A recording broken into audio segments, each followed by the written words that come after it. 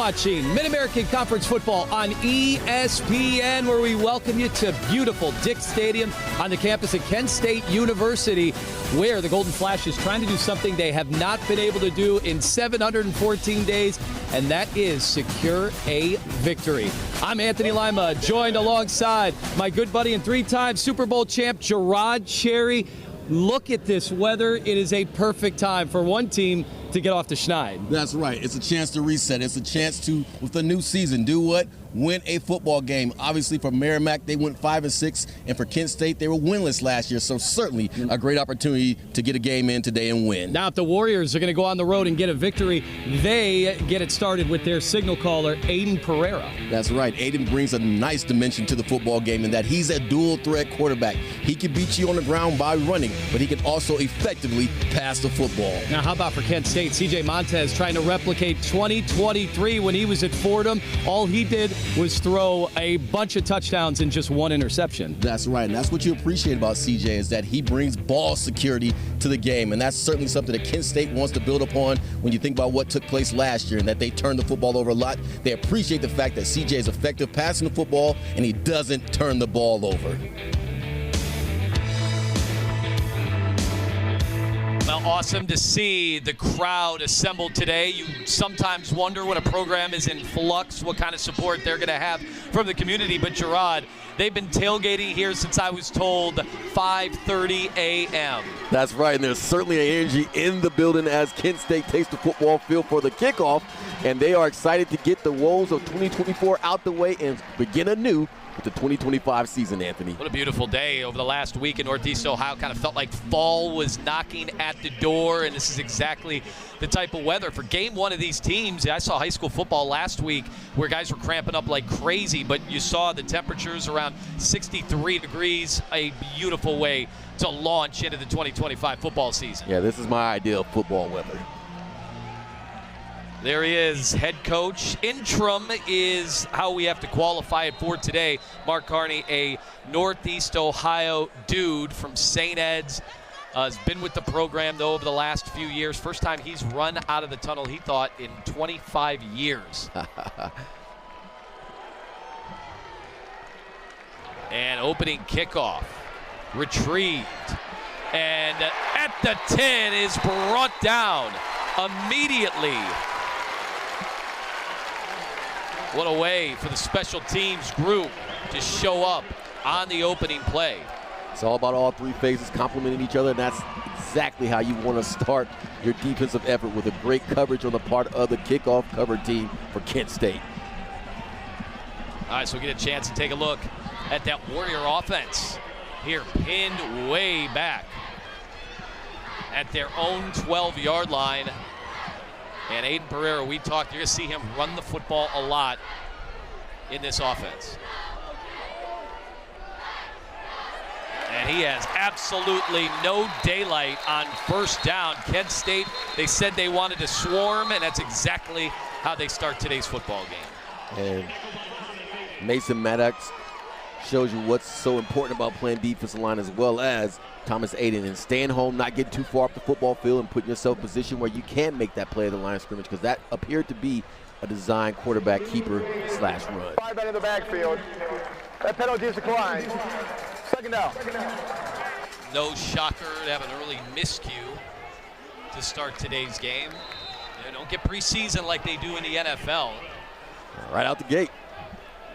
So he'll work out of the gun a lot. You will see RPO action as they send a man in motion, and that whistle will stop this play before it has a chance.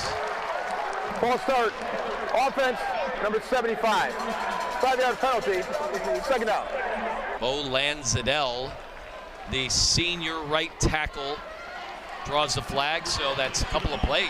Right, you bring up an excellent point, Anthony, in that you don't have opportunity to work out the kinks in your system with preseason games. You're practicing and scrimmaging against your own guys, so not too surprised that early on Mackinac College is having some issues with basic pre-snap plays. Yeah, all the way now back at the 5-yard line for Merrimack. And they will change up the formation. Inside give. Matthias Latham, nowhere to go. That Gold Flash's defense pinning their ears back at this point. Certainly, and right here, as a defense coordinator, Coach Key for Kent State has to assume it's going to be a pass, and this puts him in an advantageous position to where he can do what? Get after the quarterback and put some pressure on Aiden Pereira. Well, Kent State talked about guerrilla warfare. That's the identity. Pereira in his end zone. Climbs the pocket. Gets to about the original line of scrimmage, and that'll do it for the opening drive as they'll have to send out the punting unit. And now for Kent State, the thought is ball security and no penalties. Do not help your opponent out by beating yourself, because that was a common occurrence last year for this football team. Wayne Harris is back for Kent State, stationed at about the 42-yard line.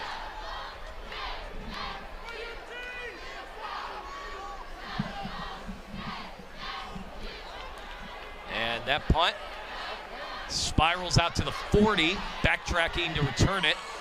And Harris still on his feet before he is sent out of bounds at the 48-yard line. There is a flag on the play. So Chris Lamonge, our head referee, they will confer.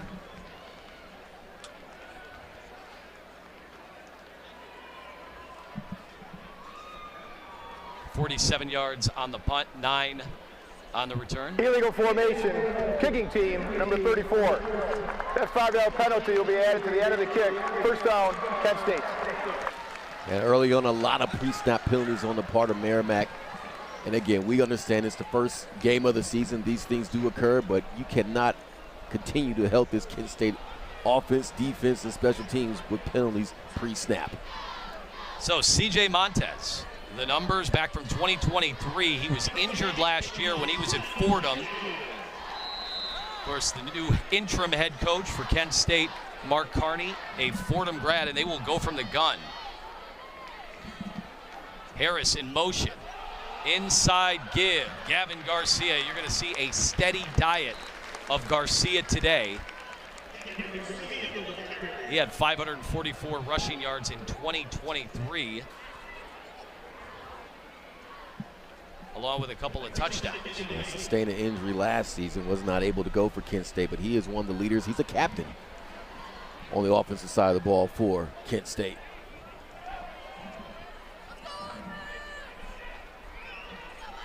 Second and 8, Wolford in motion.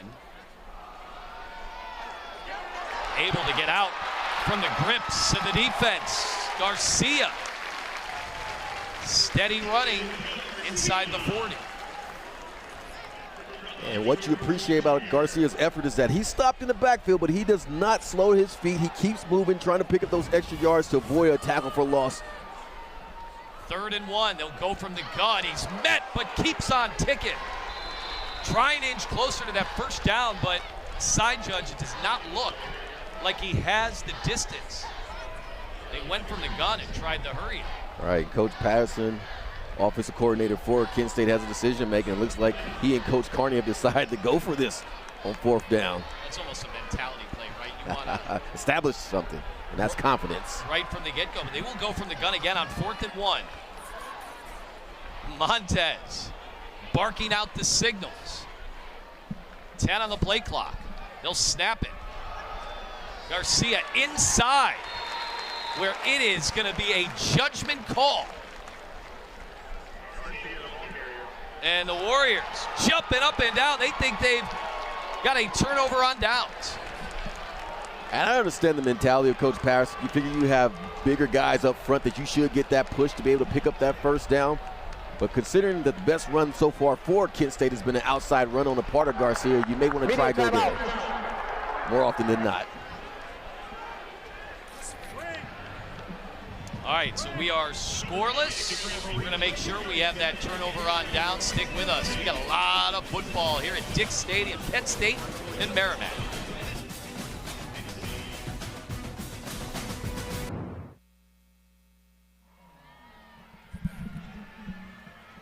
All right, welcome back. First quarter here on the campus of Kent State University. Both teams have touched it once. And a break now on the field position. Last time we saw Merrimack, they were way down near their end zone, and so they're looking for their first win over an FBS team and win their first opener. They haven't done that since 2021.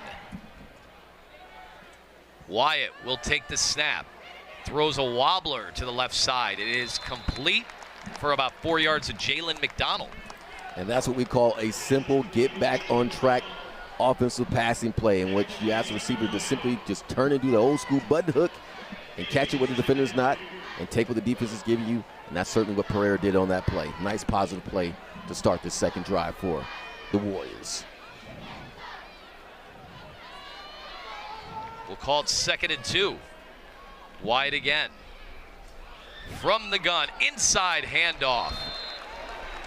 And not a lot of room to run on the inside for DeMarcus McElroy, who's very familiar playing here at Kent State. He was on that St. Francis team that stunned the Golden Flashes a season ago. That's right. FCS school St. Francis comes in here and steals a win from Kent State. So he is certainly on the forefront of the minds of those defenders out there, because they did suffer a major loss last year to the hands of an FCS squad, which gives Merrimack hope in that regard as well, that they could come out here and do something. McElroy had a big hand in it too. He had 81 yards. They send the blitz. A throw on 3rd down.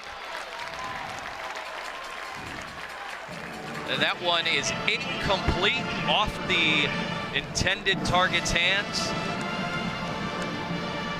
So neither team has been able to convert a 3rd down so far. Yeah, Mike Ryan tried to make a circus catch right there with the one-handed grab, but was not able to pull the football in. So Wayne Harris back at the 10. Like Mike Ryan will send it away from his own 35, end over end. It'll take a bounce at the 20.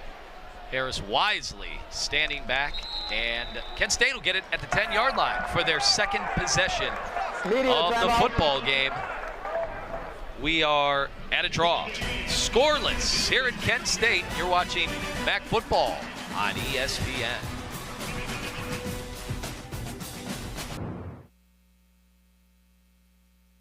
You know, I'm built for this. I feel like I was raised for this, and you know, I'm excited for the opportunity. I think, you know, just like anything else, there's certainly going to be nerves or anxiety. I was a guy as a player that like threw up before every game, so I don't know if I'm going to do that and need my college center to come punch me in the gut. Joe Wida, if you're listening, be ready. You know, but there's going to be those things. But just like anything else, you stay planted and be where your feet are and meet obstacles and opportunities as they come. Love that from interim head coach at Kent State, Mark Hardy.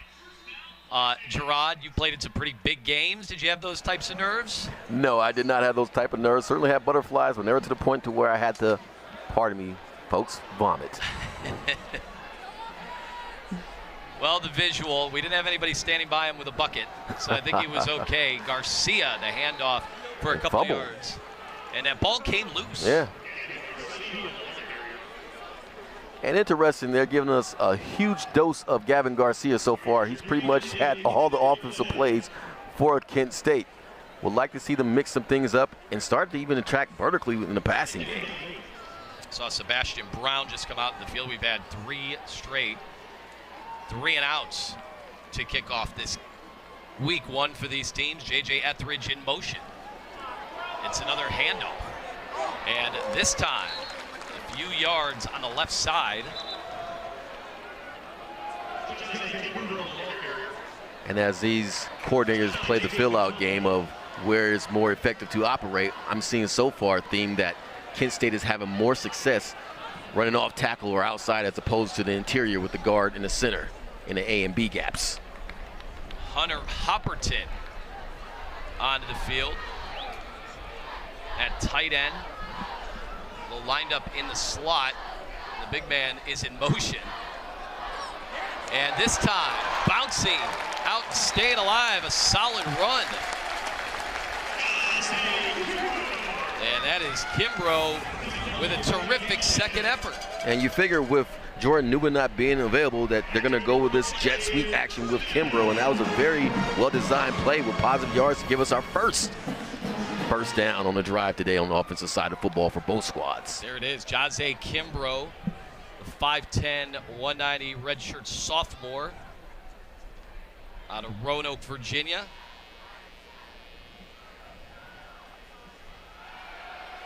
Looking to throw. Montez had time, climbing the pocket, and now brought down at the 30-yard line. So I don't know if they'll get credit for the sack, but terrific pursuit. Terrific pursuit, great penetration. Look at number 90, Bryce Ricks, getting back there, applying the pressure.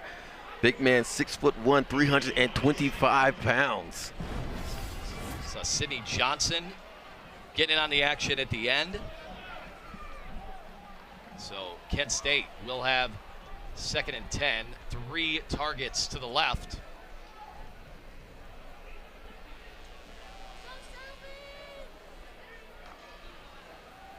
Montez, play action, and wide open and corralled. Nice job, Sebastian Brown had to turn around to make that catch. Yeah, and CJ obviously wants that to be more on time because that had potential. As he catches it, he's probably still running right now to the end zone because there was no one in that area to slow him down. But nice adjustment on the part of Brown. See, CJ releases the ball, and nice break on the part of the safety for Merrimack, but you have to, again, for Montez, deliver more accurate pass, you probably have a touchdown. Yeah, 16 yards, could have been a lot more. The handoff. And Kimbrough, again, a nice burst to the left side. We wondered where some of that production was going to come from with Jordan Newman out of the fray, and we've seen it with Jake Kimbrough. And this is what occurs when you have the run and pass operating together. It forces the defense to loosen up and not crowd the box, and that gives more space for Kimbrough to operate in that interior to pick with those positive yards. Yeah, pardon me, Jose, and we've said his name quite a few times here in the opening quarter. So now at the 42, looking to throw, now running. Montez getting out to the 35, making sure to secure that football. Yeah, and that's a nice heads-up play on the part of Montez. He did not force anything, and that's certainly what we gave him credit for in the opener, is that he does not make poor decisions with the football, and that was on display on that play because he could have forced it, and that would have been troublesome if he had done just that. But good job on his part of picking up positive yards on a broken play. Now, Tariq Mulder joins the action. His coaches think he could be a Big Ten caliber player down the road. That's high praise. And Garcia, a safe handoff up the middle, getting close to that first down. They'll have about a 3rd and short.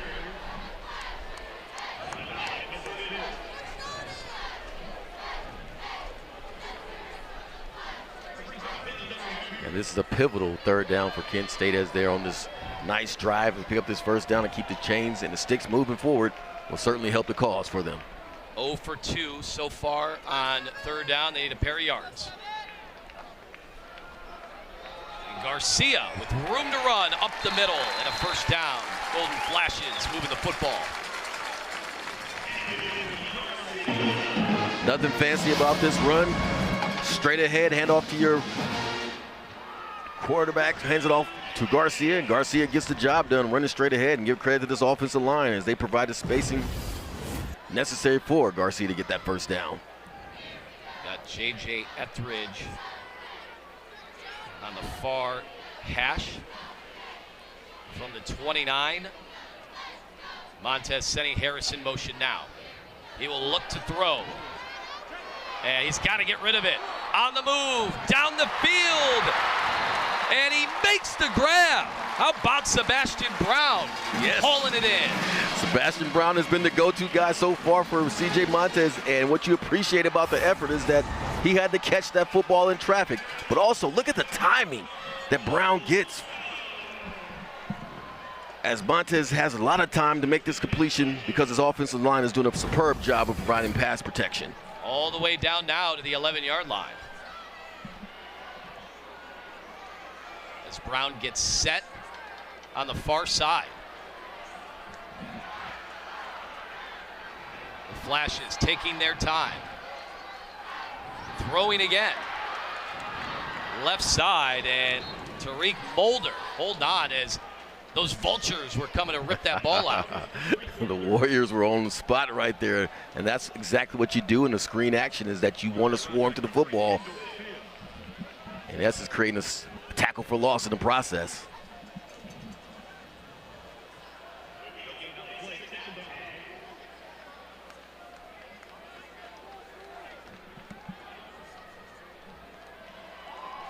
Second and 10, 2:40 to go in the first quarter.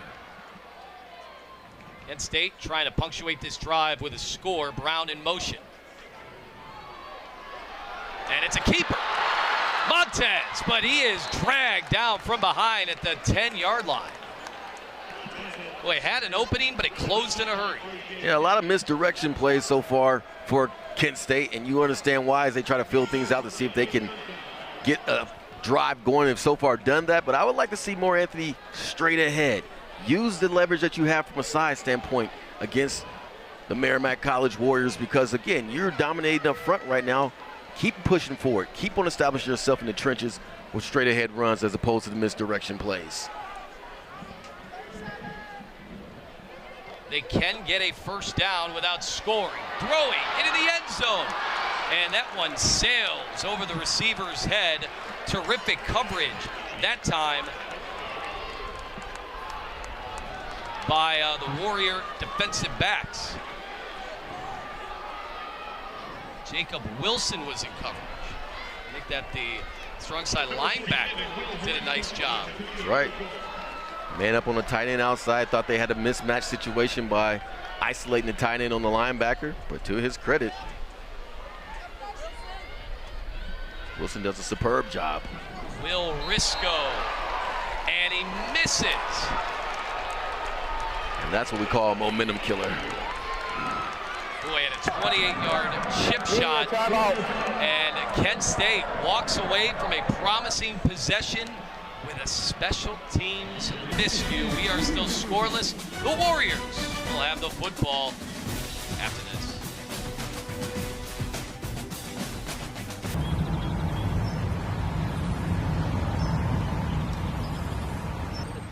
The 6'2" redshirt junior with the catch. Yeah, you like the action that you're getting with the tight end coming across the formation, and then Hopperton does what he's supposed to do, catch the football and get run after catch yardage as well. Coach called his tight ends the old heads on the team, and they'll use them quite a bit with some of those heavy sets. Nothing wrong with senior leadership. So on the Warrior side of the field, once again, a minute and 45 gone in the second quarter.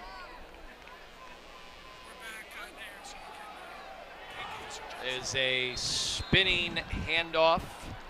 The carry, not much, right up the middle.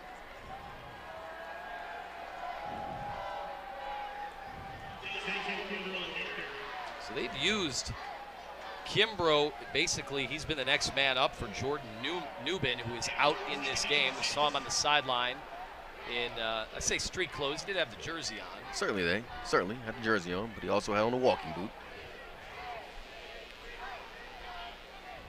So 4 yards, they were able to get there on first down. To Shields. Will throw. He'll sit in that pocket. And it is dropped. Tariq Mulder. All right, Tariq, we give you top billing. Since you're a Big Ten caliber, you have to catch that. Could have not thrown the football any better than what DeShields did right there to Mulder. He was surprised just how wide open he was. And a lot of times in those situations, Anthony, it boils down to trying to do too much, thinking about what you're going to do after you catch the football, as opposed to simply just catching it. So 3rd and 6. Shields walks up. Want to make sure they get this play off. 3 on the play clock. And it's an inside handoff. And brought down, no chance on 3rd down. That is a spirited group of defenders for the Warriors.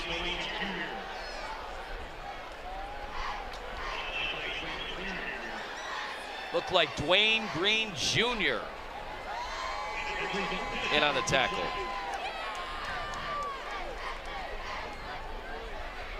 And so a no gain and forced to punt. So a few times now they've been on Merrimack's side of the field, but unable to convert.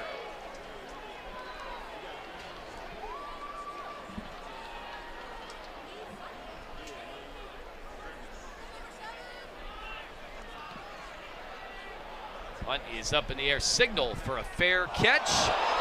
Dropped, muffed, I should say. Gary Roseman Jr. fortunate that that ball bounced out of bounds and out of harm's way. Media timeout.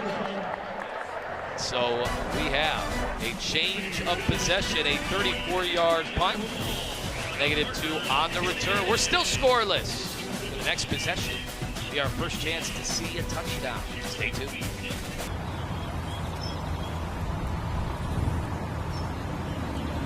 Exits. Wolford in. Redshirt freshman. Jackson High School grad. 3rd and 9. 1:20 to go. 5 on the play clock. Harris in motion. They get it off with a couple of ticks. Has to step up in the pocket. Montez. Now we'll try to run it, and instead runs out of bounds. Again, it's clear they were not taking any chances on this drive and say, you know what, we will go into the half with the idea that we're not going to put our defense in the bind, and we're certainly not going to take chances on the offensive side of the football. Surprised he was in such a hurry to get out of bounds. Yeah. Maybe just instincts kicking in. That too, and play design force them in that direction. And when you're playing out there, you need to be heads up and wonder where you, and understand where you are and stay in bounds to keep the clock moving. And those are little things that mean a lot that you have to work on. But again, this is the first game of the season. Steckel, the punter, and we've got a whistle. Delay game. Offense. 5-yard penalty. 4th down. So back it up another 5 yards.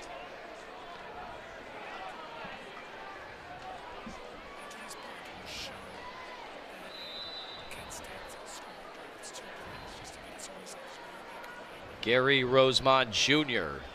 back at the 23-yard line. Merrimack hoping to land a special teams play. Spiral punt.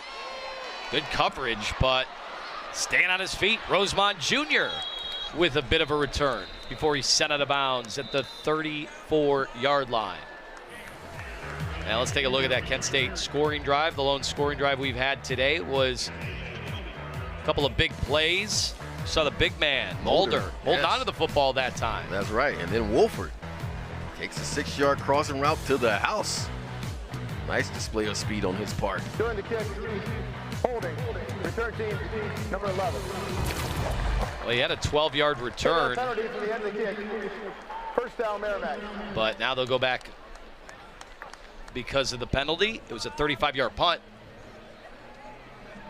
Right, and going into the half, the message is really clear for Coach Giannetti when he talks to his squad for Merrimack. It's, guys, we have to do a much better job of playing clean football. We cannot have these penalties. They're drive killers and they're drive sustainers as well. So we have to clean our situation up, and if we do that, we still have a chance in this game because we're only down by a possession. Well, the difference here is enormous because now you're way back at your 10-yard line, and Kent State has 3 timeouts when they had it at the 34. Right, and the question becomes here, do you go aggressively or do you play conservatively? Oh, they will look, looks like a design run instead out of the shotgun, and Pereira doing a pirouette. Yeah, nice job on Pereira's part. You have to do a much better job of tackling for Kent State at 2nd and 3rd level. So they will quickly move under 50 seconds. Pereira took a shot as he throws that football, and a big hit. But it's a defensive play, and a very nice job by Joel Cordoba to sky up there and make sure that was not going to be a catch. It's probably going to be a late hit for Kent State.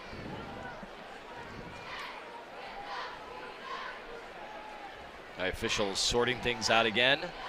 Chris Lamonge, our head referee. There's no foul for ineligible receiver downfield. Second down. So they'll pick it up. Take a look at Pereira and what he was looking at. You want to play quarterback in college football? You got to take shots like that. Pereira needs to get rid of this one as he gets brought down. Throws a jump ball, and it's nearly picked off.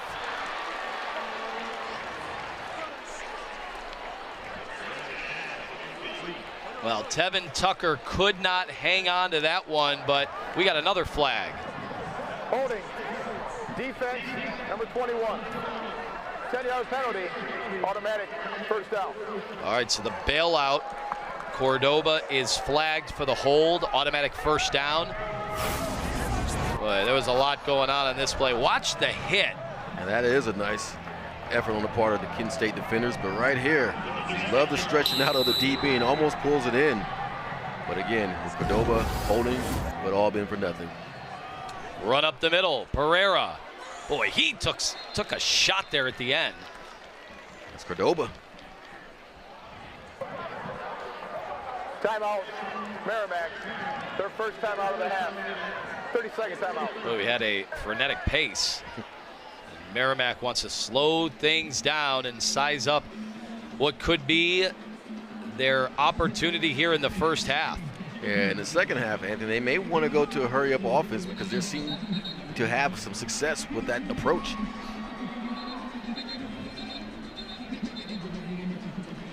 And right now for Kent State, from a defender's perspective, what you're thinking is, one, keep them in bounds and do not, I repeat, do not let anyone get behind you.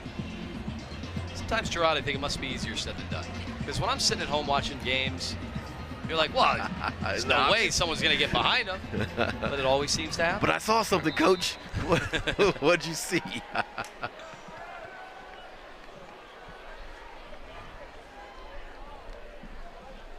So 2nd and 6.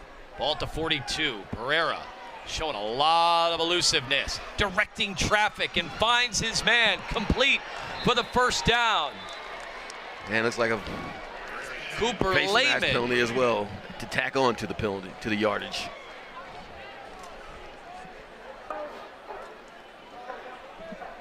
Personal foul. Face mask. Defense, number 22.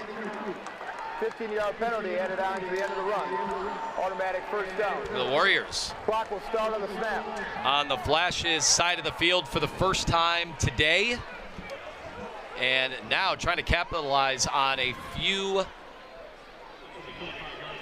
flags that we have seen here on this drive.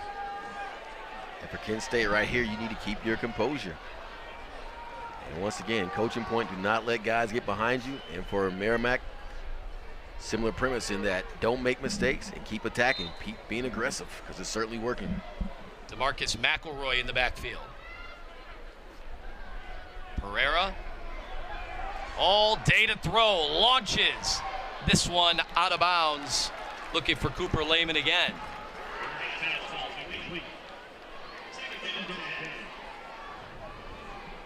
Well, he had a nice pocket, had time to throw. And that's a problem right there. So defensive coordinator Cherokee Valera, he may want to consider bringing some pressure because there was plenty of time for him to survey the entire football field and then deliver a pass that was obviously out of bounds. You mentioned Cherokee Valeria was with the program and then officially got hired as the DC on August 19th, 11 days ago. Pereira steps up in the pocket across the middle of the field, and it's complete to Jalen McDonald. 9 seconds to go on the clock. And a quick timeout. Timeout, Merrimack. Their second timeout of the half. 30-second timeout. And once again, you're seeing a situation in which Kent State defenders are void, non-present in the middle of the football field. You have to defend the middle of the football field. As you see, if you don't have guys there, take advantage of that.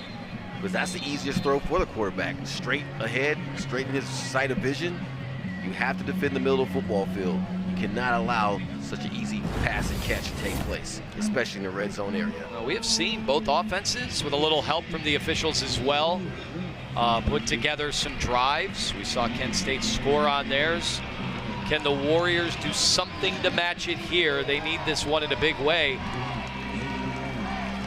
Now, they do have one timeout left, but only 9 seconds. Right, you're thinking right now, shot if on the defensive side of the ball. Pereira to his safety valve. Out of the backfield, DeMarcus McElroy, but he goes down immediately. It's a timeout, only 4 seconds left. Timeout, Merrimack, their final timeout of the half. 30-second timeout. Is this a no-brainer kicking situation? No, I wouldn't say that. Go for it. I mean, what do you have to lose? You're an FCS squad going against an FBS school. No one's going to fault you for being aggressive in this situation. The question becomes, what do you do, though? And I would say continue to attack the middle of the football field until Kent State proves that they can secure and defend the middle of the football field with your passing game. Now, Kent State will get the football first in the second half. Looks like they're going for the field goal. They will. So officially be a 26-yarder. We've already had a short one missed today by Kent State.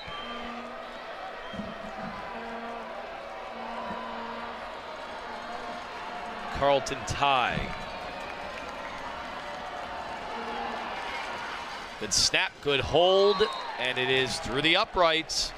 Still 1 second remaining on the clock, but they've cut into that deficit. It's 7-3. And that's certainly some positive momentum for Merrimack to go down there with a minute and some change left to drive all the way down the football field for a score. Will certainly help the cause. And for Kent State right here, you just want to be smart. Get out this half, get the ball back in the second half, and start anew. You never know what you're going to get in these opening games, especially in today's world of college football, where you forget about scouting the other teams. You don't even know who's on your team. The way that the portal has worked. Right, and it's constant flux, and that's something that today's coaches definitely have to adjust to, which makes their job so much tougher. Not only do you have to recruit high school athletes, but you have to recruit your own players in this day and age to make sure that they will stay on your squad. Very challenging. Well, we talked about this Merrimack team in year 2 of their program, but a coach who's been around a long time. Kent State. Been a lot of turmoil, and then it necessitates, and that ball was deflected, and Merrimack has it. The problem is they're out of time. They are. Good job on Kent State's part recovering it. And that'll do it. We are here at the half at Dick's Stadium. Kent State got on the board first with their touchdown drive. Merrimack responds. They get a field goal right before the end of the half. We'll see. Both offenses starting to open up a little bit there towards the end. What's in store for that second half? We have a loaded halftime for you, including what went down in Columbus today. Lee Corso's final headgear. A big halftime show coming your way next. Don't go anywhere. It's MAC Football on ESPN.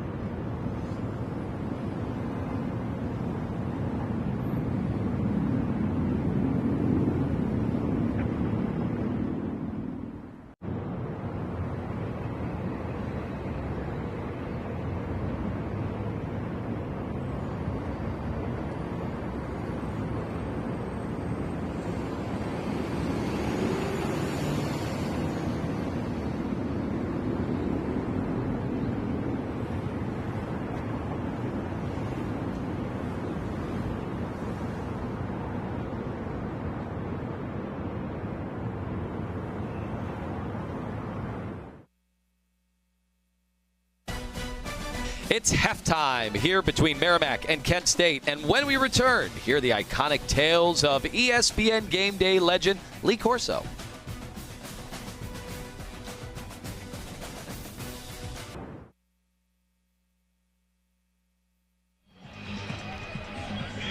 Third quarter action here at Kent State. Moments away from the second half. Anthony Lima, Gerard Cherry. Kent State will touch the football to start things out here in the third. 7-3, they have that lead. The Warriors able to get a field goal right before the end of the half. Dorelis Clark touching the football for the first time. And off to the races on the left side. Looked like Cade Wolford.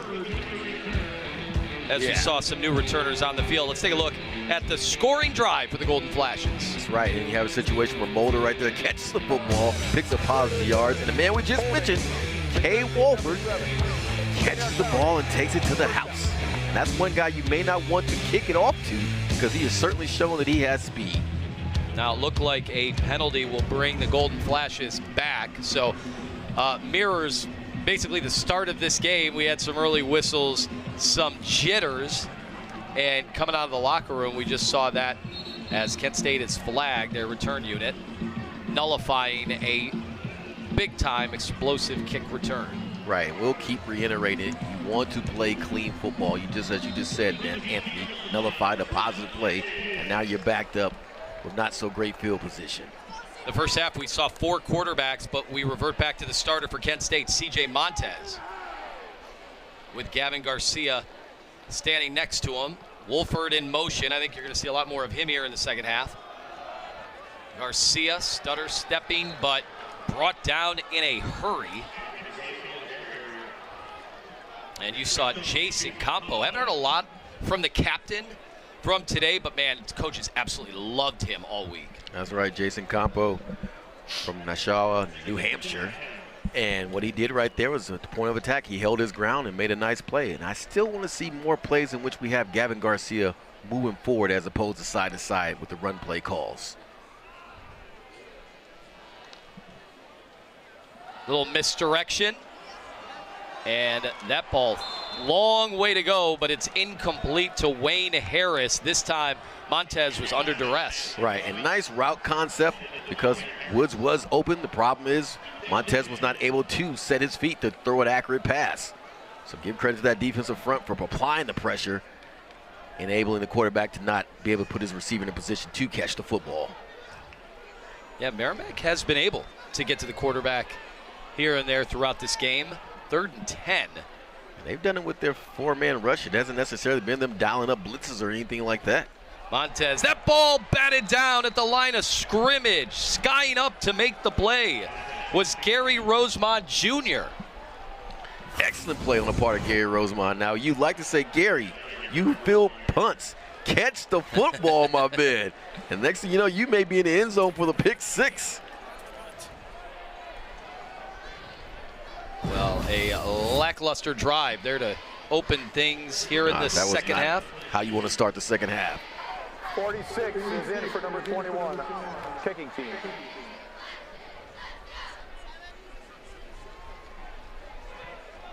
The question is, do you bring the pressure? Do you set up for a return for Merrimack?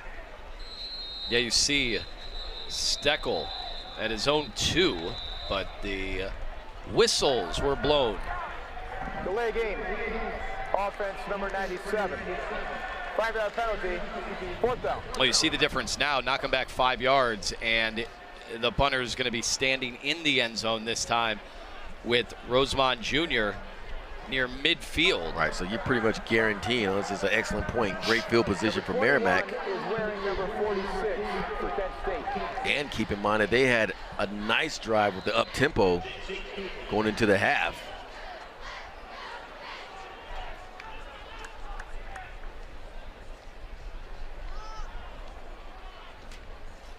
Stokel, Australian punter for Kent State, gets this one off.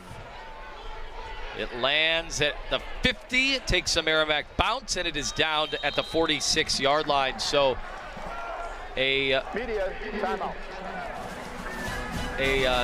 Tough drive to start things out here in the third quarter. And now Merrimack gets the football. Their offense surged right before the half. And they'll take over the football when we return.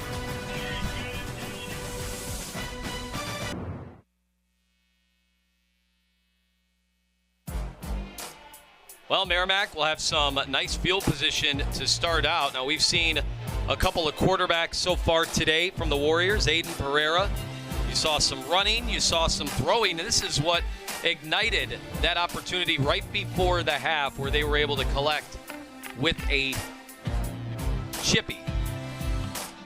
And so now they have a chance to potentially take the lead on this drive.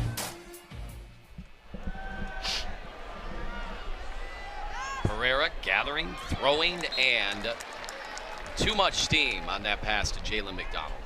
And out the gate, Coach Cherokee brings the blitz, applying that pressure to Pereira. And that's exactly what you want to do. Get the quarterback off the spot. Don't let him get comfortable, because, again, in that second quarter, they certainly were moving the football down the football field in the latter stages of that. Now, the new half. DC, Cherokee Valeria, told us how many pressures did they simulate this week? 130.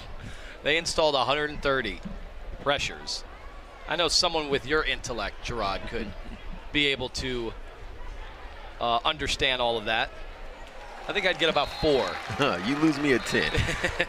But on the flip side, though, those pressures also contain the idea of what's your games that you're running with your defensive linemen and stunts and everything else. An occasional corner or nickel blitz as well. But they really have not dialed up much pressure. They relied a lot on their front four, but early on you are seeing them say, okay, let's apply some pressure.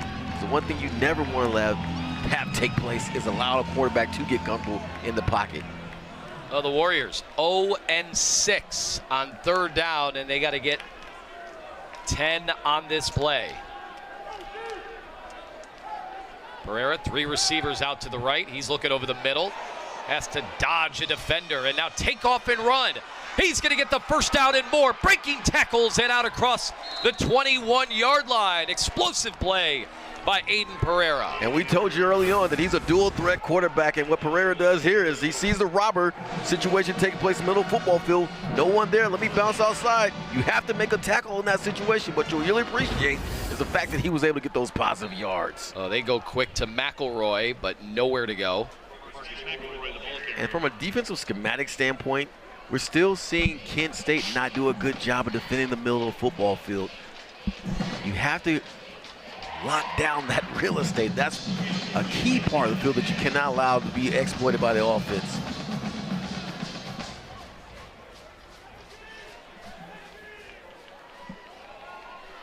They go empty in the backfield. Pereira still out of the gun. Kent State sends 4. Pereira needs to get out of the pocket. He somehow gets rid of it, and it's complete. How did he pull that off? To Marcus McElroy, his safety valve. That's what we call a John Travolta, date myself here, staying alive, because that's exactly what he did. And that you think he's going to go down with the sack, and you're waiting for the whistle to be blown, but to his credit, he keeps on fighting and delivers an accurate pass in which his receiver is able to make a play on the ball. Boy, that is some resourcefulness. And it sets up very manageable, 3rd and 3.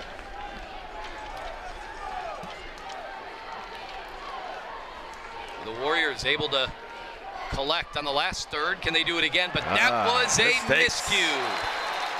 Get you every time. And Jelani Davis puts an end to the drive. And Marcus McElroy and Pereira were not on the same page. Again, we talk about miscues and mistakes at the wrong time. One guy's going one direction, another guy's going another, and that does not bode well for success. Great opportunity blown on the part of Merrimack with that play. So Carlton Ty, we'll see if he's good from 36 yards.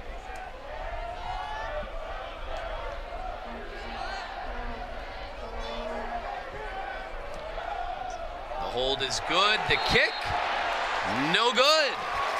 So both kickers have missed from makeable distances so far today. And good job on the part of Kent State's defense to hold up their end of the bargain and shutting it down and not allowing Merrimack to score. So they are able to get the stop, and the Golden Flashes will take over possession of the football for the second time here in the half. Don't go anywhere. You're watching Mid-American Conference football on ESPN.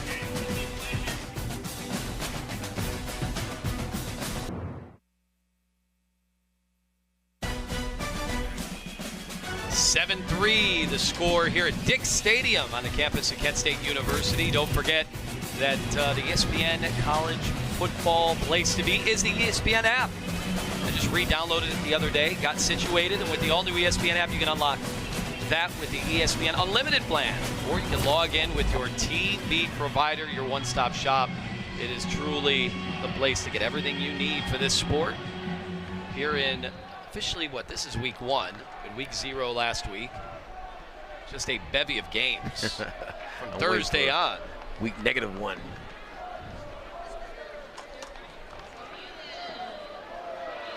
The handoff, Merrimack doing a nice job up front. Very stout in the line of scrimmage. They have not gotten blown off the ball, as we see Wolford now getting in the mix with the running game. Kent State wanting to pick things up here. They've gone backwards the last couple of drives, 2 3-and-outs, 11 yards in the wrong direction. And the key has been getting positive yards on first down, as we have changed at the quarterback position. So second time we've seen, the third series we've seen Shields today. And he will throw.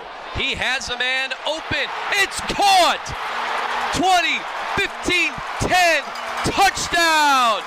79 yards, and it's Cade Wolford again. Cade has shown you his speed throughout the course of this football game. You get the one-on-one matchup with the nickel or safety, and he exploits it. And great job on the part of Drew DeShields of recognizing the mismatch as Cade puts on the afterburners for the score. How about coming off the bench, the coach calling the bomb, and being able to connect just like that with no rust. Right. Again, Cade is making a name for himself, and you appreciate the effort on this part. That was an excellent play and the connection between he and Drew DeShields. Well, the Golden Flashes, they were going backwards the last couple of drives, but able to reignite things here in the second half, and some definite promise and a huge touchdown connection. 79 yards. You catch Merrimack in zero coverage, and you exploit it. Touchdown, Cade Wolford.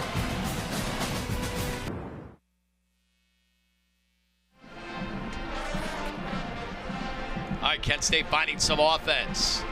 If you're just joining us, they've had one man, Cade Wolford, account for both touchdowns. And on the last drive, it was Drew DeShields hooking up with him.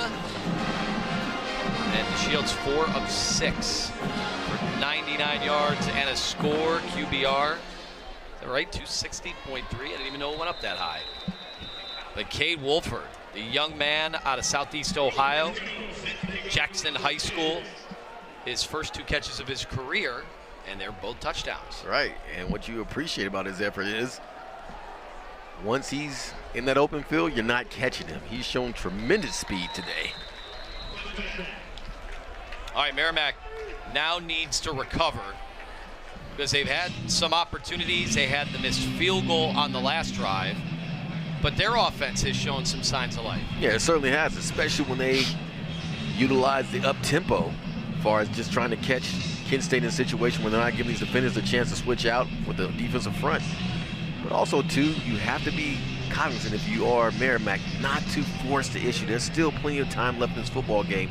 Don't rush it, but I do like the idea of them continuing to go up-tempo because it certainly has worked in their favor. So Aiden Pereira's back out there. We wondered if we'd see a little more Avion Smith if they got behind.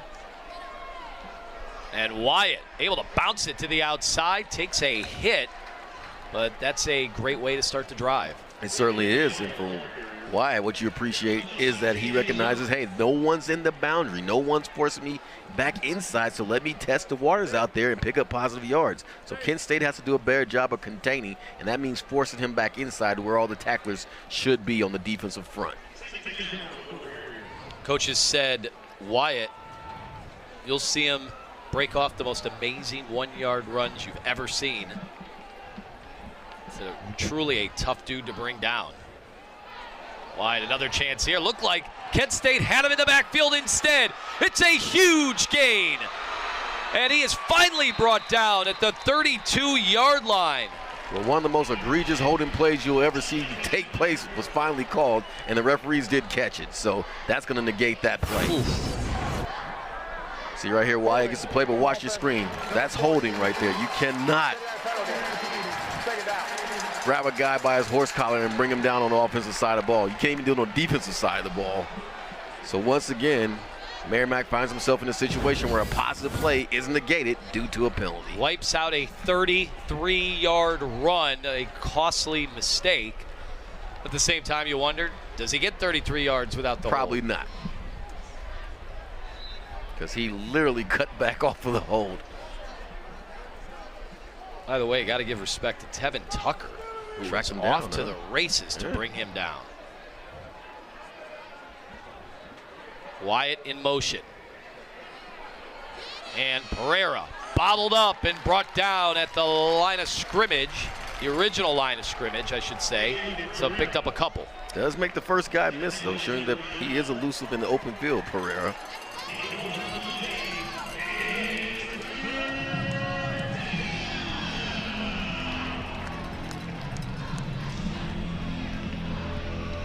So 3rd and 11. Getting closer to the halfway point in the third quarter. Down 14-3. Rolling out to the left. Has to get rid of it. Finds his man on the near sideline. Seth Schweitzer. And is it enough to move the chains? Certainly It is. That is a great play on the part of Schweitzer and Pereira, and that Schweitzer does a nice job of putting his spacing to a place to where he's inbounds to catch it, tiptoes the sideline, and makes the play. Pereira doing a better job of throwing an accurate pass so this receiver can make a play. First down. Wait, Antoine Campbell thought he had a chance to end that play early. And Schweitzer able to tightrope walk there on the sidelines and make the catch. Running again for his life. Pereira launching one down the field, but incomplete.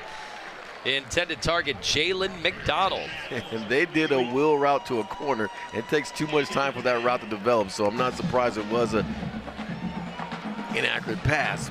But more so, I like the idea of them threatening the middle of the football field, but you may want to shorten that route.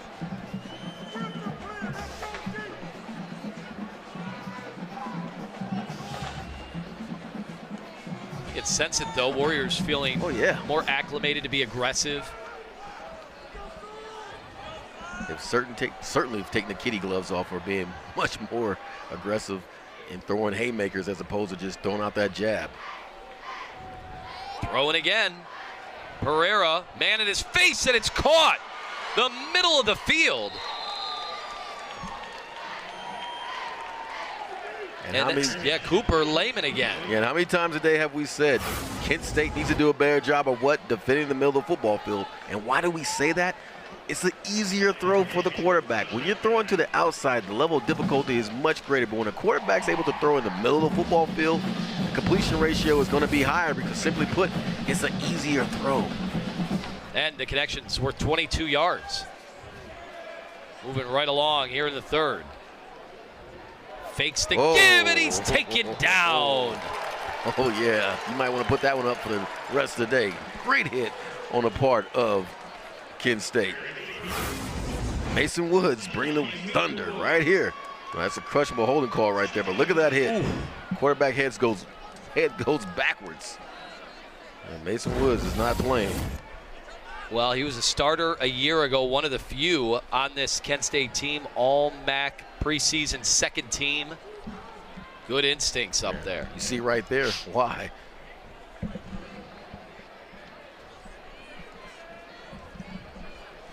3 receivers to the right. Design draw up the middle. Takes a pounding at the 25, but it's another Warrior first down. Yeah, credit to the Warriors. If they're not going to defend and stop anything in the middle of the football field, be it run or pass, keep attacking it. Keep attacking it. But this is a design run from the get-go, and Pereira is showing you great running ability, and he's showing you toughness as well, because he is certainly taking hits, but he keeps on getting up and making plays. And Merrimack now going with Avion Smith after that run. So we'll see how long Pereira is on the sideline. 1st and 10, now 5:20 to go. We know Smith can run too. An impressive drive. Smith gives it to Wyatt. And he is taken down to the ground near the sidelines. Atiq Muhammad. An effective job on the part of Kent State's defense of forcing Wyatt to do what? Stretch it out. He never got a chance to turn his shoulder pads up the football field to head north or south, but in this case, north. So Avion Smith departs. Pereira back in. Probably just needed a break. How tough is that for the defense to try to key in? Does it matter for them necessarily? Well, at this point, both are running effectively, so you know that they're going to more than likely run the football. The question becomes, how are you going to stop it? Rolling out to the right. Has his man. It's complete. Austin Palmer diving to make the grab. And now you're seeing a nice combination of run and pass on the part of Pereira, and that's doing what? That's keeping the defense off balance, because they don't know what to respond to, because they show the run action, you have to honor it. But right here, that's a great grab on his part. Austin Palmer reaching out and coming up with the football. So Hayden Fisher and Palmer out there at receiver. Under 4 to go here in the 3rd. The handoff, Wyatt looking for an angle. Well, he was very patient trying to find that hole. Yeah, gave you that old Le'Veon Bell look. Stutter, stab, go. Only got 2. It's times like this, though, where you really regret not being able to cash in on the field goal before. And it's times like this for Merrimack that they've had self-inflicted wounds in which they've had mistakes and penalties to put them in a position where they can't score points. Out of the gun again. Pereira has no time, tries to get rid of that football at the end. Boy, Kent State wanted the sack. Jaheen Roy was right there pleading for it. Unfortunately for Pereira, he had a guy in the vicinity of the throw, because that could have been intentional grounding. No foul for intentional grounding. The quarterback was out of the pocket. The ball crossed the line of scrimmage. 3rd down. He has been able to salvage some situations in this game. Merrimack 2 for 9 on 3rd down. But this is a key, 3rd and 8. From the 10, so they can get a 1st down without going in. Pereira under siege, can't get rid of it, it is taken down. And Jamond Mathis, the big 3rd down play. Right, Jamond does it from a defensive end position. Comes from the outside, stays with the play, backside, tracks down Pereira, and comes up with the huge sack. Once again, forcing Merrimack to go for and settle for a field goal as opposed to scoring 6 points. Carlton ties, so missed that last one. This drops it back to a 37-yarder from the left hash. Good hold, kick is up, and this time he connects. And so it slashes that lead to 8. We got a 1-score football game. That we do. So a lengthy drive, but able to convert and at least put 3 points up on the board. Yeah, both these offenses in the second half have found some solutions to their problems that they had in the first half. For Kent State, it's being more aggressive, getting aerial in your attack. And for Merrimack, it simply is a nice run and pass combination, and also being more aggressive, attacking the middle of the football field. An adjustment for Kent State on defense is simply find coverages that allow you to defend the middle of the football field, because that's exactly where they're attacking. I gotta tell you, Merrimack keeping their composure And to be able to convert some of those third downs, they've been unable earlier in the game, but last few drives, a lot of it, Aiden Pereira just hanging in there, making plays. Right, and their confidence is building at this point too, because whenever you're an FCS squad going against an FBS, there may be a room for doubt saying, okay, these guys are D1 athletes. They got recruited, I did not. Where do I stack, where do I stand? But they're feeling and seeing right now that they can play with Kent State. You always wonder with a lot of these early season matchups when you have a school going up a level, what's it going to look like? And I think they've got to feel a little more confident with how it feels when they are out there. Certainly.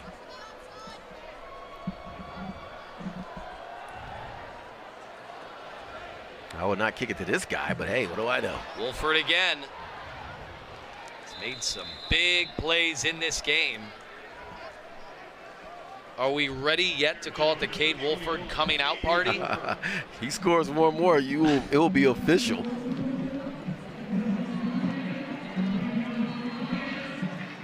And for Kent State, when you recognize whoever's at the quarterback position that you're in a one-on-one situation, take advantage of it. As we talk about Cade Wolford, you see right here, crossing route, but what's really impressive is the speed, the stutter step, takes it to the house. And then right here, one-on-one situation, you got me with a safety, mismatch all day. Boy, he left him way in the rear. So 1st and 10. Here's DeShields. Time to throw and delivering a pristine pass to Sebastian Brown. And it's interesting because with DeShields, it seems like they're more prone to go vertical in their passing game as opposed to Montes, and that's exactly what you want. A positive play, the first play of the drive, and picking up major yardage. Sebastian Brown out of that esteemed program up in Michigan, Cass Tech. Yes, they put out a lot of athletes.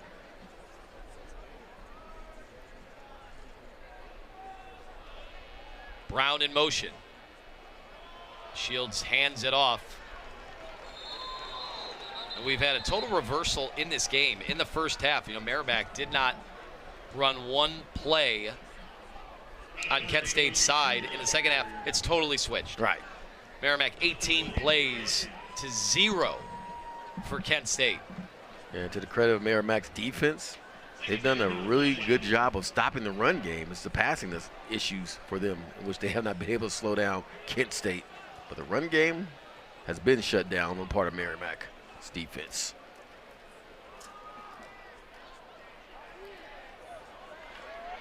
Warriors sending 5.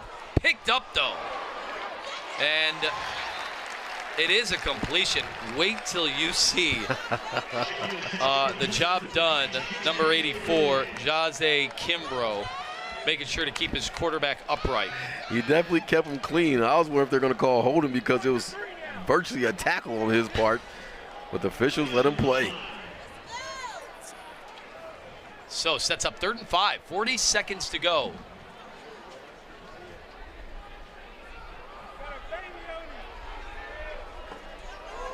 Will we see pressure? Harris in motion.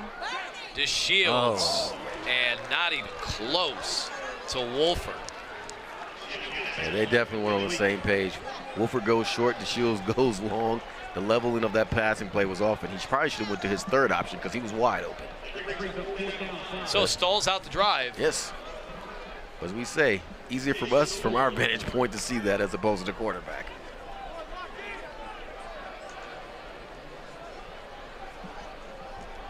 And now Kent State wants to be careful here. Fair catch at his own 12 by Gary Rosemont Jr. So second half continuing to go in the direction of Merrimack, trying to play up a level and get a road victory.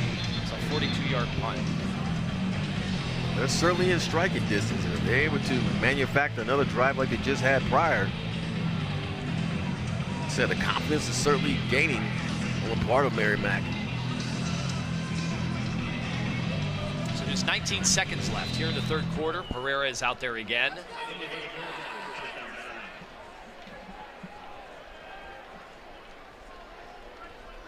Simple handoff. Wyatt taking his time. Falls forward for about 3 yards. You know, on that one, Wyatt was being too patient. He would have been better served just bouncing to the outside and going for what he knows.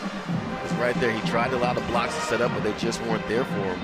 Really, there was no one in the boundary area to contain him. That is the end of the third quarter. So 3 quarters down, 1 to go. This one will be decided in the final 15 minutes of action.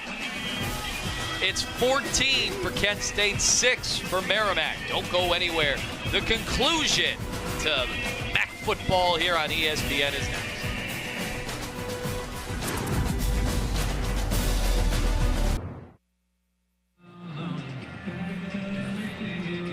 We got a 1-score game here at Kent State. We welcome people from all over the country, all over the world on the ESPN app. And Kentucky, Toledo right now, a good one at the half. How about Toledo trying to get an SEC victory for the Mid-American Conference? Handoff inside. Not much going on there. Good example of how you play team defense. No one overshoots their run responsibility, staying at home, getting penetration at the same time, and that leads to a minimal gain on the part of Merrimack. Kent State, 285 yards of total offense, 219 for Merrimack, so hanging in there. Another key third down. In the third, couple of conversions for Merrimack, 2 for 10 on the day. Pereira rolling right immediately. Throws it on the run, but a little off and incomplete to Jalen McDonald. And Jalen, you have to catch that, and obviously Pereira wants to put him in a better position with the ball higher off the ground to catch it. And at some point, you want to see a robber situation where you have a defender dropping back on those crossing routes, because you're seeing that all day, those concepts on the part of Merrimack, and that could lead to a big play on the defensive side of the ball for Kent State. Well, if it holds, it is Merrimack's 6th 3 and out on the day.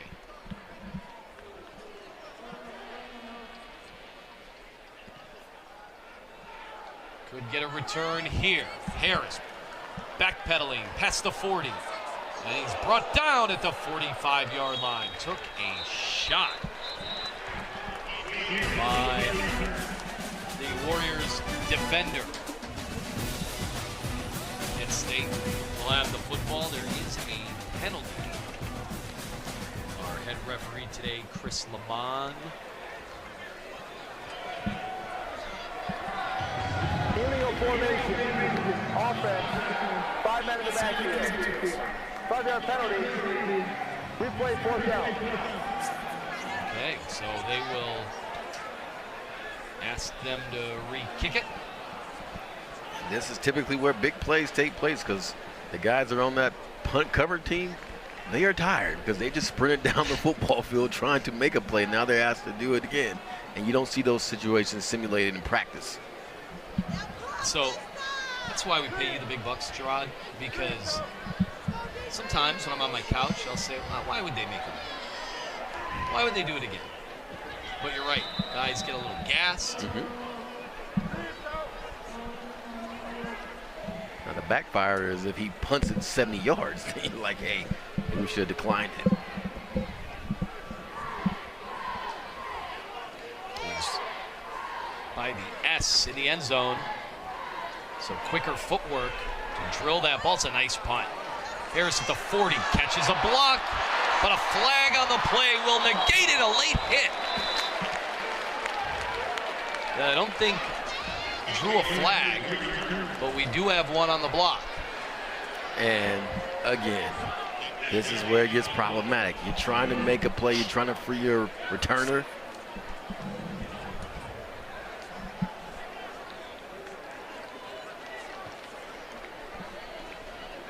Official sorting it out there on the field. During the return, illegal block in the back. Return team number 7. 10-yard penalty for the spot of the foul. First down, Kent State. That would be Angelo Stockstill, and so comes back to haunt them that they didn't take the first punt. After all of that, they will take over the football, I promise, at some point. Up 8 here in the fourth. Could we have one of those wild fourth quarters to remember? Only one way to find out.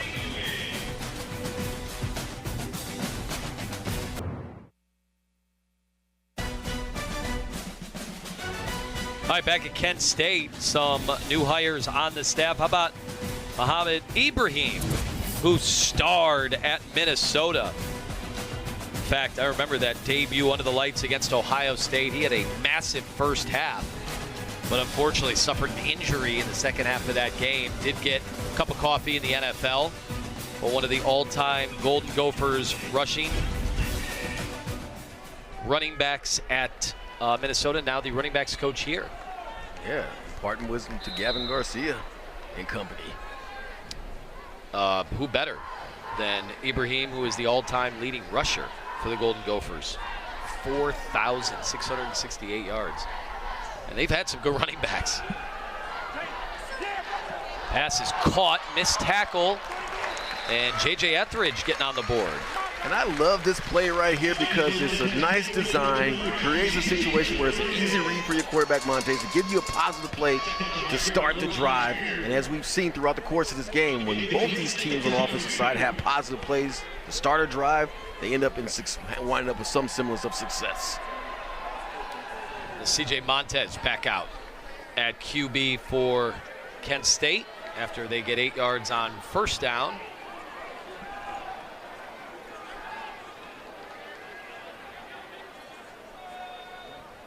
Harris in motion, low snap, handoff up the middle.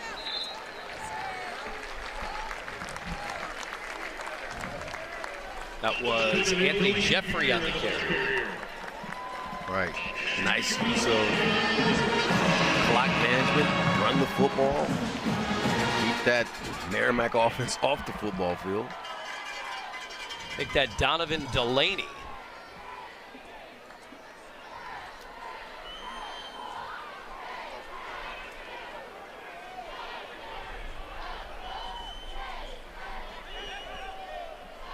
So 1st and 10 as they're able to move the chains.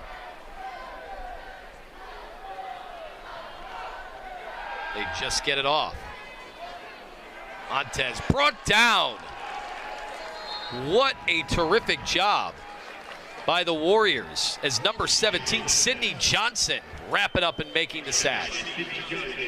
And CJ has to do a better job of managing the game. And what I mean by that is you can't let the clock run down, but that forces you to rush, and now your time is off. And as you saw, that led to a what? Loss in yards because, simply put, they weren't prepared to execute the play.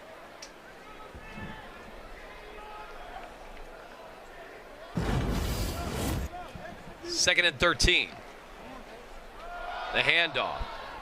Kimbrough spinning out across the 40-yard line. Boy, a couple of Golden Flashes players were still looking to the sideline when that ball was snapped. Right now they're out of rhythm, and one could say, is this because they're going between two quarterbacks in DeShields and Montez, and that's causing these guys not to have a rhythm? That's totally a possibility, and you run the risk of that when you have two quarterbacks at the helm.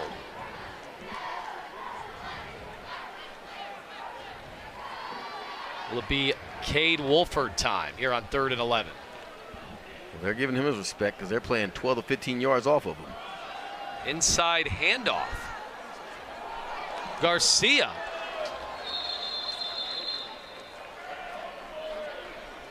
And this gets them closer, but still about 2.5 yards away.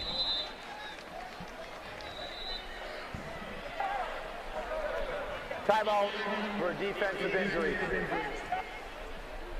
All right, right now player down for the Warriors. Media timeout. DJ Frazier. So with that, we'll take a pause in the action, and 4th and 3 is what we're looking at. What does Kent State decide to do? Stick with us. Smack Football on ESPN.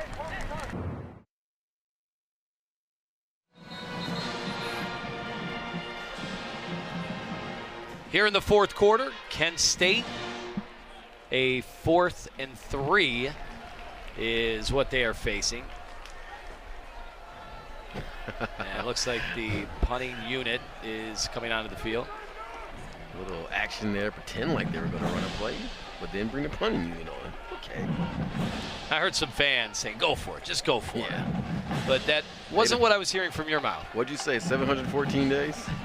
Since their last victory. I'm pretty sure they don't want that to be 721. All right, this is a short punt, angled at the 25, where it is downed. And one could make the argument the coach on the sideline touched it too soon. Yeah. That's what I was wondering, if he was another man on the coverage unit. Yeah, how would you rule that one?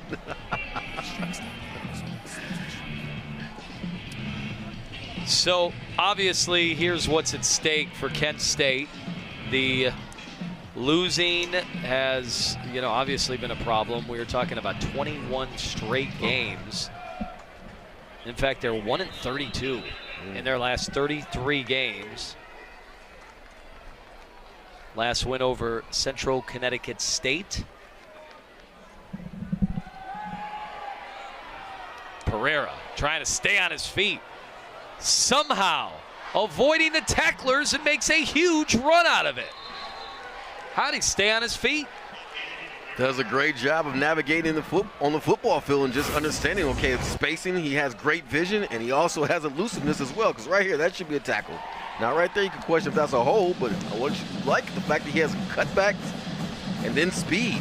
Very, very good open field runner is one, Aiden Pereira. Got 28 yards on that scamper.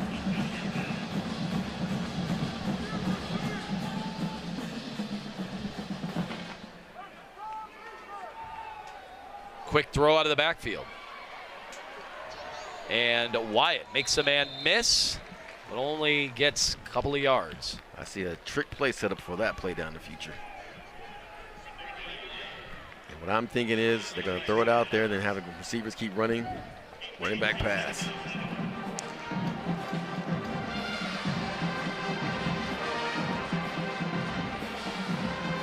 Haven't seen much in the way of chicanery so far not today. Yet, but we're about due. It's all about setting it up. It's all about setting it up. Under 9:30 to go. Deficit is 8. Pereira puts some steam on that toss. And Seth Schweitzer able to keep those chains moving here on this drive. Yeah. And again, recognizing the matchups, you have 2-on-2, and Merrimack's 2-on-2 win. Good blocking on the outside. Nice delivery by Pereira to his receiver, who doesn't hesitate but gets what? Right up the football field. It's almost like they're playing isolation basketball, but on the football field, that they're isolating the receivers to the DBs and then taking advantage of it. Smart play calling. Well, then some substitutions as Jaheen Roy, Jamon Mathis entering the field. Pereira going for the touchdown. Has a man in the end zone. Puts 6 on the board. I've said it before, and I'll be happy to say it again. If you do not defend the middle of the football field, I don't care what the level is, be it the first level, the second level, or the third level, you're not going to win football games. You have to defend the middle of the football field. And once again, Merrimack takes advantage of the fact that Kent State fails to do just that. And right there, it was the safety, not the linebacker, getting beat in the situation by letting someone get behind you. You have one job as a free safety, Anthony, and that is to not allow anyone to get behind you. Schweitzer with the touchdown, and Avion Smith to try to tie things up comes out of the field at quarterback for the Warriors. Can they get 2? He'll throw it wide open in the end zone. Absolutely incredible job. Cade Callahan, the H-back, scores on the fake. Looked like he was going to run it. Instead, the easy toss. And ladies and gentlemen, this football game is tied 14 apiece. Stick with us.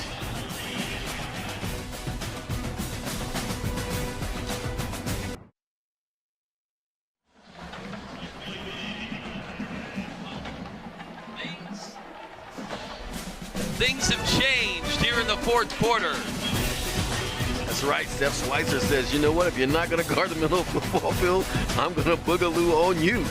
And then right there, my man, Avion Smith gets into the game and scores. Or helps rather score with this pass to the tight end, Cade Callahan, for Merrimack. And what a huge drive. 5 plays, just over 2 minutes, 76 yards. Right down the field to even things up.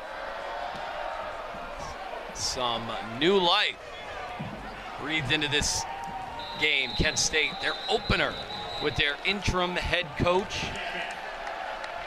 And now it'll be interesting to see what they have in store after they've absorbed a big-time counterpunch. Well, they've had the most success offensively, that being Kent State, with Drew DeShields at the helm at quarterback. Not as much success with CJ from a scoring standpoint, but with Drew, they've certainly had their bigger plays and their scoring opportunities. Well, they've only had 14 plays in the second half. They did have the huge 79-yard touchdown, but outside of that, it has been tough sledding for this offense. Right, and you really do need to establish a drive here just to keep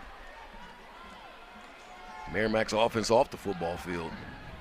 DeShields, that play had no chance. It had no chance, and you question the play from the standpoint of why run it into the boundary, because that just limits what he can do from a spacing standpoint as well. So that's a wasted play, and that's not a good thing. This puts you now behind on the sticks, and you assume you're going to have to pass the football. And if I'm making that assumption, I'm pretty sure Merrimack is adjusting for it as well.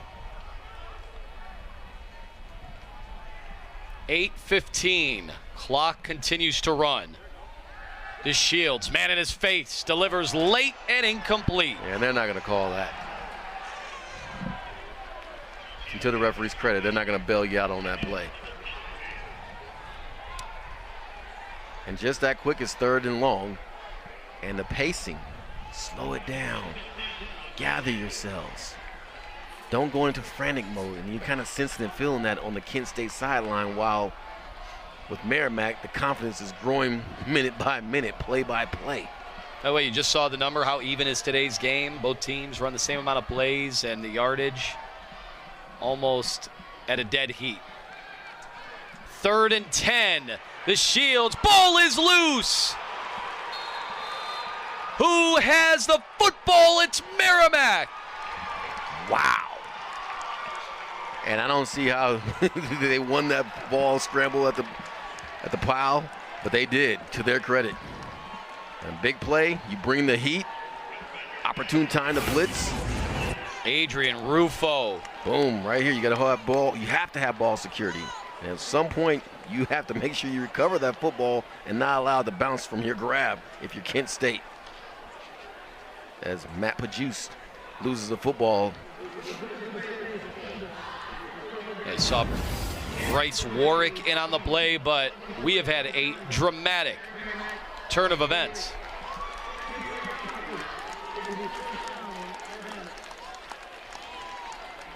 So we have yet another flag. And this is against Merrimack or Kent State?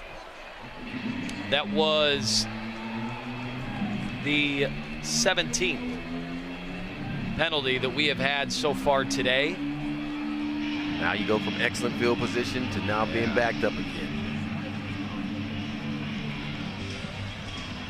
So they dock them 15, but the Warriors do have the football.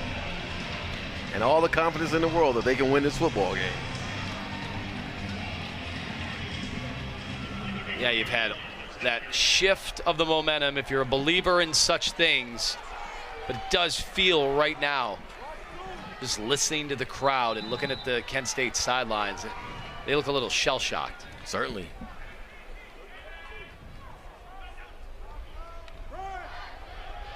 Pereira dumps it off. A 3-yard gain on first down. Jalen McDonald.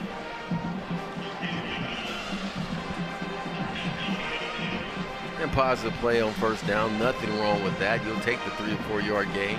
That's much better than a 3 or 4 yard loss, obviously. For Merrimack, what you want to do is keep grinding down this clock, be methodical with your drives, and that's the one thing they've had in their favor as opposed to Kent State, because Kent State's relied on quick scoring plays to score while Merrimack's been more methodical. Pereira looking for room to run, gets a few more before walking out of bounds. Yeah, if you keep on averaging 3.5 a carry, that's going to eventually give you a first down.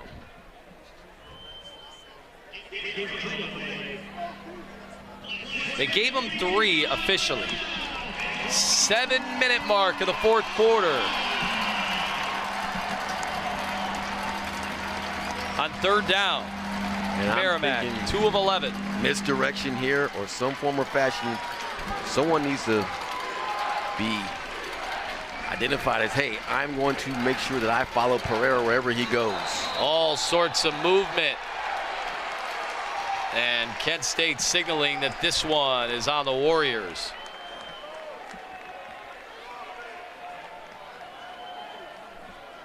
I saw Thomas Aiden pointing first. Ball start, offense, number 76. And they call it. Third down. Steve Lizama, the left tackle. Keep your composure. And Anthony, going back to the point I was making previously, Pereira's had so much success running the football. At this point, you may want to take a defensive player and say, you know what, you're designated to follow him wherever he goes and not allowing him to break free on the football field. 3rd and 10, getting noisy here at Kent. The drop back turns into a run and tackled before the sticks.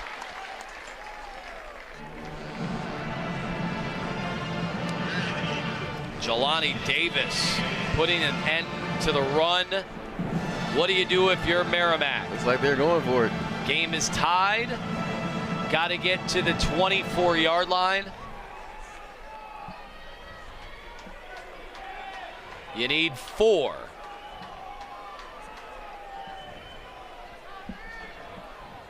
And we're at the 10-second mark on the play clock. Taking their time.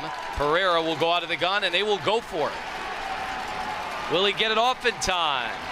And it looks like they just tried to draw him off sides, and Merrimack will use one of their 3 timeouts. Certainly. Got him to burn. Why not? Oh, Kent State not fooled at all. Timeout. Merrimack, they're first to the half. 30-second timeout. I guess you figure tied game. Not a terrible time to see if you can get him to jump, and if not, there goes one of your 3 timeouts. Exactly. Let's see who's disciplined and who's not. But for Merrimack right now, it's really simple in my mind. Do whatever you can to make sure the ball stays in Aiden Pereira's hands, because he has been sensational. If you're Kent State, you're thinking, 1, we need to apply some pressure on him, and we also need to designate a body to him and not allow him to break out of the pocket to the 2nd and 3rd level, because he's been extremely dangerous in the second half doing just that.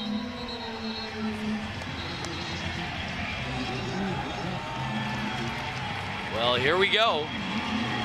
And we're going for a field goal here. This is a long one. make that 45 yards. The attempt. Carlton tie, trying to end the tie. Nice and centered. Snap is good, hold is good, kick is up, and we have a new leader. Merrimack goes up 3. Great execution, great kick, and now, if you are Merrimack, what you're saying to yourself on the sideline is, guys, 3 and out. 3 and out. Let's get 3 and out. Let's put the ball back in our offense's hands, because Kent State has not seemed to have a solution to slowing them down. Oh, the pendulum has swung here at Dix Stadium. These fans who have seen so much losing, yes, have been through the roller coaster of emotions. And this is where the players for Kent State need to dig in. This is where all that off-season training, this is where training camp comes into play as far as your toughness and your mental fortitude, and that you have to block out the past, because I'm certain right now they remind themselves that they've been here before and they've come up short. But this is where you have to deny those thoughts. This is where you have a chance to step up and break the cycle, if you will, of losing. And it'll take place with this kickoff.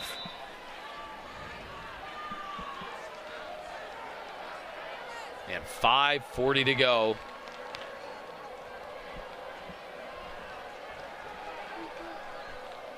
That turnover results in 3 points. Harris brings it out. And he has a burst. Huge return. Still on his feet. To the house. Touchdown. DeRealis Clark. Showed you what, that he is the realest. What an excellent return on the part of DeRealis Clark. He had 3 situations in which you thought he was going to go down, but he stays on his feet and takes it to the house. Where did that come from? That came from the 2-yard line, backed up deep, and still managed to get the job done. Excellent return on the part of Kent State. Well, at one of his former stops, he was an All-American punt returner in Division III. This time, the kick return has just given Kent State the lead, 21-17. So right here, your question, okay, do you take this out? He says, I'm taking it out. The vision is excellent. Boom, makes one guy miss. Outruns another, breaks a tackle. And then from that point on, the kicker is not going to catch him. DeRealis, that was real. Well, he's on the all-name team for college football in 2025. I first heard about him on a TikTok about 2 months ago, and Defense number 6. That 15-yard penalty will be assessed on the kickoff. 15-yarder. The point at the touchdown is good. On the 100-yard officially is what it is called. Kickoff return for a touchdown. And technically 102. If not 103. He was 3 yards in the back of the end zone. I'd give him it. He's wearing 46 for Kent State. And we have a situation where Kick it from the 50.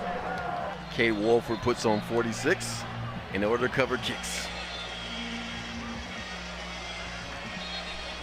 Because they have 2 guys that wear the number 21, one on defense and one on offense. If you're wondering what's going on. I was hoping you'd explain that to me. And you have Joel Cordoba, defensive back, who wears number 21. And then you have Kay Wolford, wide receiver, who wears number 21. But when they're on the field at the same time, Kay dons number 46. That's one of those unique situations where, of course, you can just kick the ball out of the end zone. Right. But you could also get creative and bury Merrimack's offense deep inside. That you can. You can do a nice pooch, hanging in the air, and see if you can have a tackle inside the 20. That always helps the cause. Well, this game has gone bonkers here in the 4th quarter. Merrimack took the lead, came from behind. Kent State answers with the humongous kickoff return for a touchdown. And now Merrimack, with 5:28, will have the football down 4. And if you're Merrimack, you're not panicking in this situation. Because unlike Kent State on the offensive side of the ball, what have you been able to do all day? You've been able to methodically drive down the football field and let your offense execute, while Kent State has relied on what? Big plays in order to score. So Merrimack's in a great position, I'm thinking, because they've had success moving the football up and down the football field via offensively. How's this for a stat? Kent State has not run a play in Merrimack's territory in the second half, but they've scored 14 points. Exactly, and that's due to big plays. So at their own 25, Aiden bottled up early. He gets rid of it late. Dangerous and nearly picked off. And this is where Aiden needs to keep his calm, and he's remain cool and collected. Because right here, you don't throw this football. You're under too much duress. Just simply take the sack. Do not throw it in harm's way. I'm very fortunate not to have an INT right there. Oh, Mason Woods was salivating. Yeah, but once again, Mason Maddox was in the way.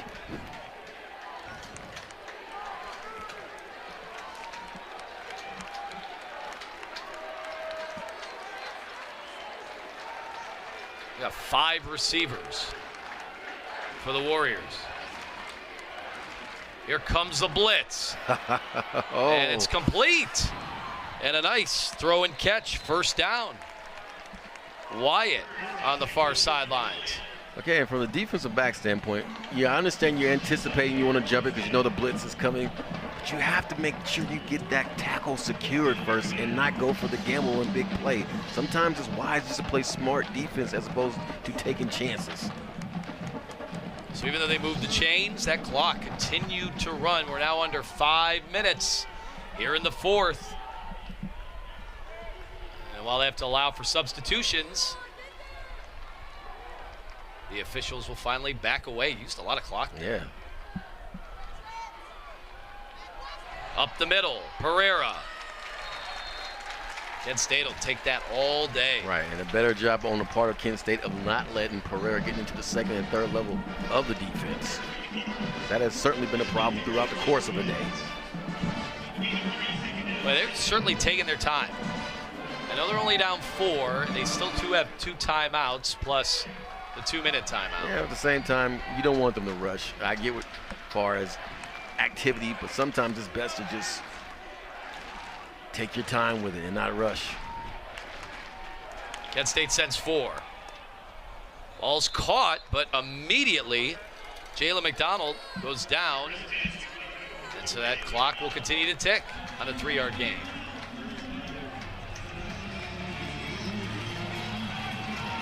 Kent State doing a better job of making Merrimack earn these yards as opposed to giving up the big chunk plays.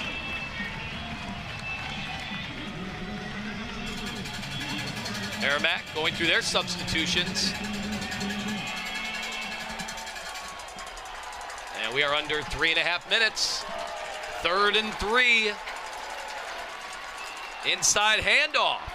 And it'll be enough for a first down. Brendan Wyatt composed on that conversion. Nice play design. Sell that you go into the right side of football field.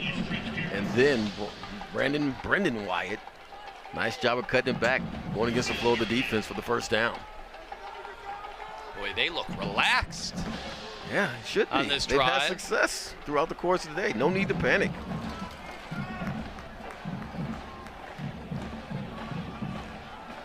You think at some point now they could take a shot?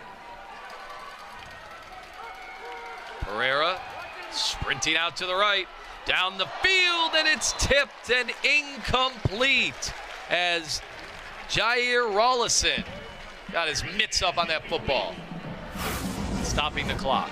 And Pereira's rolling out, and very fortunate again that this ball was not picked off.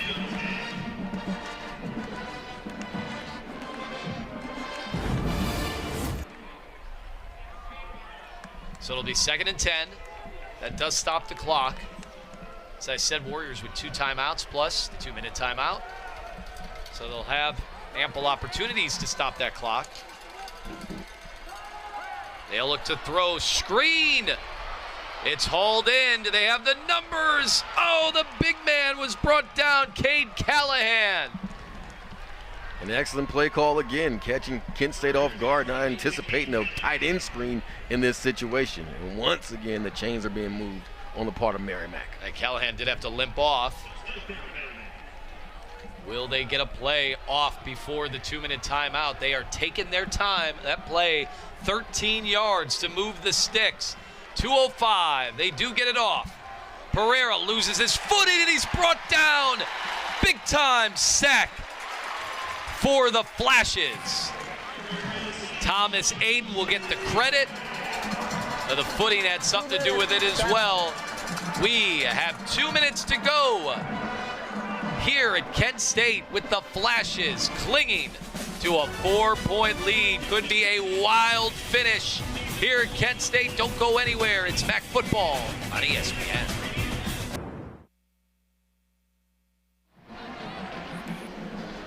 Welcome back to the final 2 minutes. Dick's Stadium. Let's take a look at next Saturday's action across the MAC landscape. Cannot wait for West Virginia and Ohio University. That is a biggie. Rich Rod back at West Virginia. He's got 10 personnel on the football field right now for Merrimack, clearing everything out. Expect a run.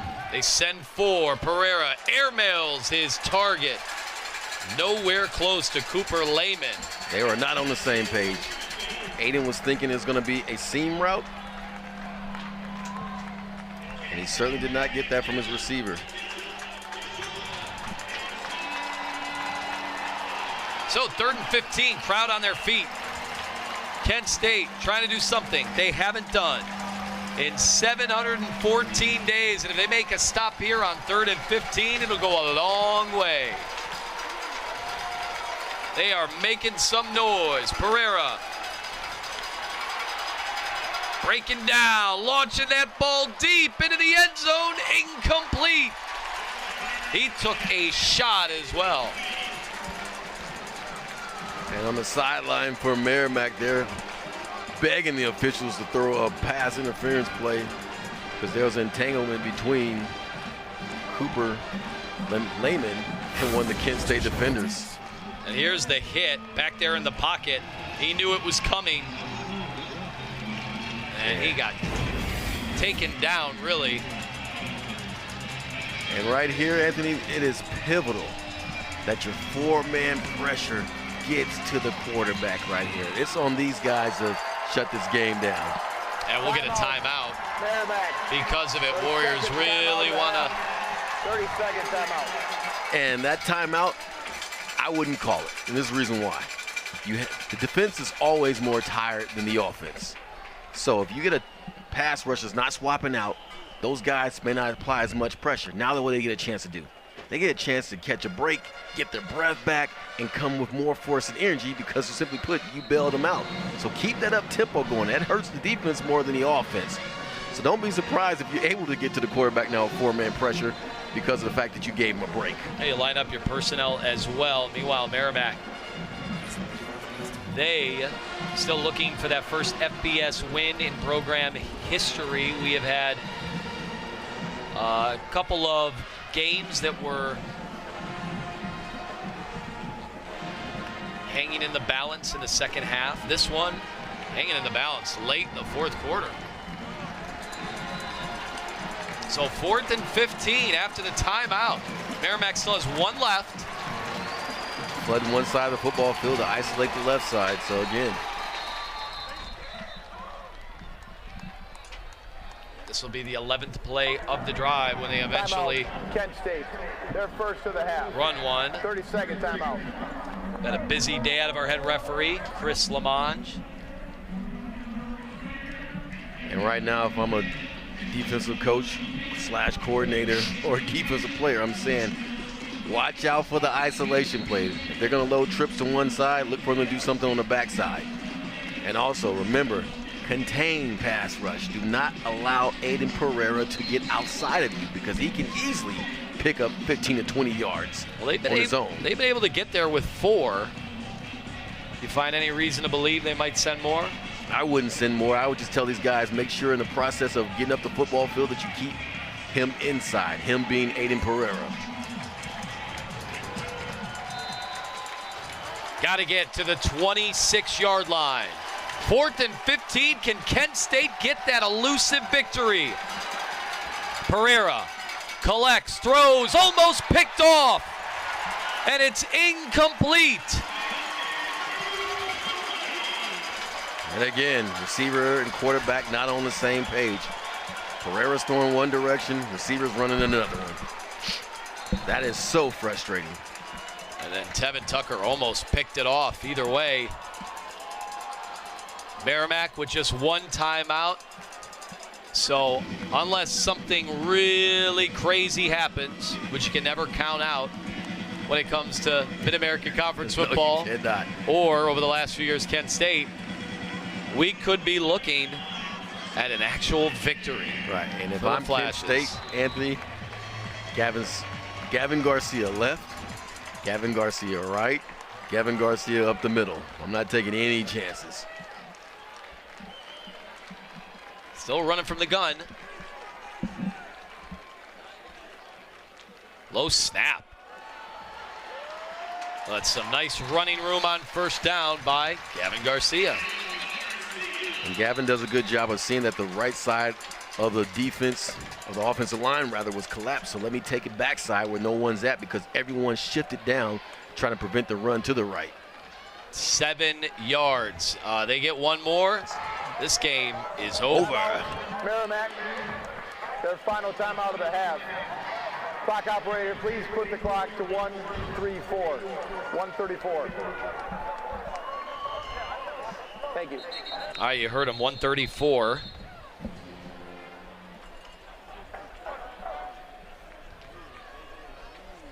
This has been a topsy-turvy game. Interesting second half that kind of threw everything into flux. But when you get a special team score, Dorillis, the way they did from Dorillis Clark, that is quite literally a game changer. Yes, it is.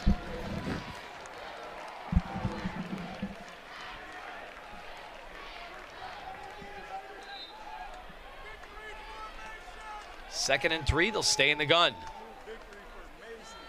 Garcia takes it, has to hold on to that football. They're trying to rip it out. Looks like that side official marked it just shy. Just shy.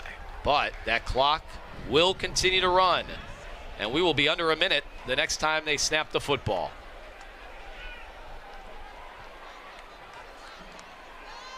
And right here, I like the idea of just simply going under center and doing a quarterback sneak myself.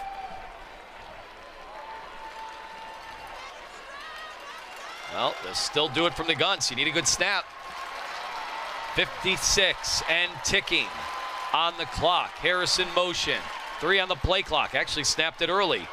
And that should do it. First down, Kent State.